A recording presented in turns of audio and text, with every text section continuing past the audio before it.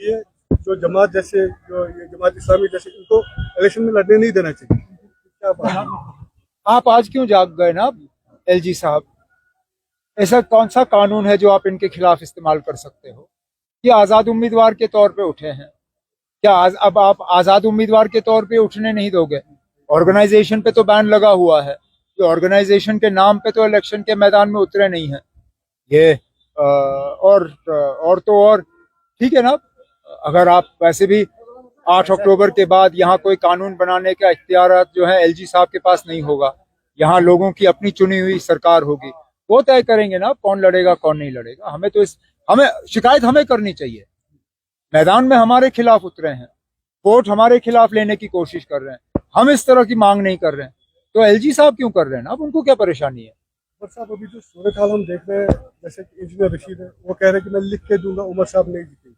Home minister वो are you threat?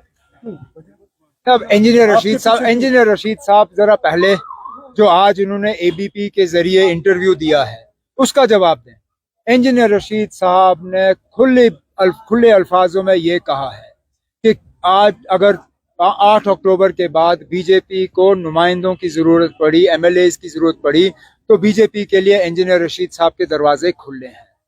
अगर आज इंजीनियर रशीद साहब बीजेपी को मदद करने के लिए इलेक्शन लड़ रहा है तो जम्मू कश्मीर के लोगों को बहुत सोच समझ के अपने वोटों का इस्तेमाल करना चाहिए। क्योंकि मैं बार बार ये कहता आया हूँ, आज इंजीनियर रशीद साहब ने शुक्र है हमारी बात को तस्लीम किया है। मैं कहता आया हूँ कि ये लोग आ रहे हैं सिर्फ और सिर्फ यहाँ वोट को तकसीम करने के लिए और नेशनल कॉन्फ्रेंस को नुकसान दिलवाने के लिए। इंशाल्लाह 8 अक्टूबर को साबित होगा कि इंजीनियर रशीद साहब जो हैं उन्होंने लोगों से हमदर्दी के नाम पे वोट हासिल किए, लेकिन आज वो वोट उनको नहीं मिलेंगे। उनके कहने के मुताबिक जमात इस्लामी लाइक माइंडेड कैसी है? वो कहते हैं कि हमने वो तो आपको उनसे लेना, वो तो आपको इंजीनियर से पूछना पड़ेगा, क्योंकि आज इंजीनियर बीजेपी की मदद करने के लिए तैयार है। तो इंजीनियर साहब के लिए बीजेपी भी लाइक माइंडेड है, जमात इस्लामी भी लाइक माइंडेड है।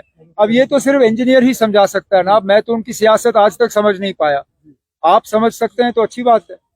वकार रसूल जो है आज उन्होंने एक बयान दिया है, फिर से आज यस क्या कहा? आज हमारे रिपोर्टर को बयान दिया था कि कुछ जो एमसी के वर्कर्स थे, हाँ। उन्होंने असॉल्ट किया, दे वर ड्रंक।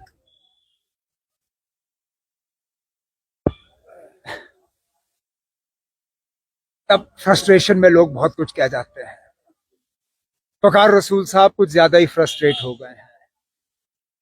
अब इलेक्शन खत्म हो गया है, उनको चुपचाप बैठना चाहिए, 8 अक्टूबर का इंतजार करना चाहिए। लोगों का फैसला हमारे सामने होगा। बाकी रही बात उनकी अपनी तंजीम जो उनकी कांग्रेस पार्टी है, उन्होंने उनके इन बयानों को पसंद नहीं किया। उनको जो नए पीसीसी के सदर बने हैं उनके तरफ से मार पड़ी है एक बयान के जारे। उन्हें अपनी पार्टी का जो है नेशनल कांग्रेस का ख्याल रखना चाहिए। हम अपनी पार्टी का ख्याल रखेंगे ना।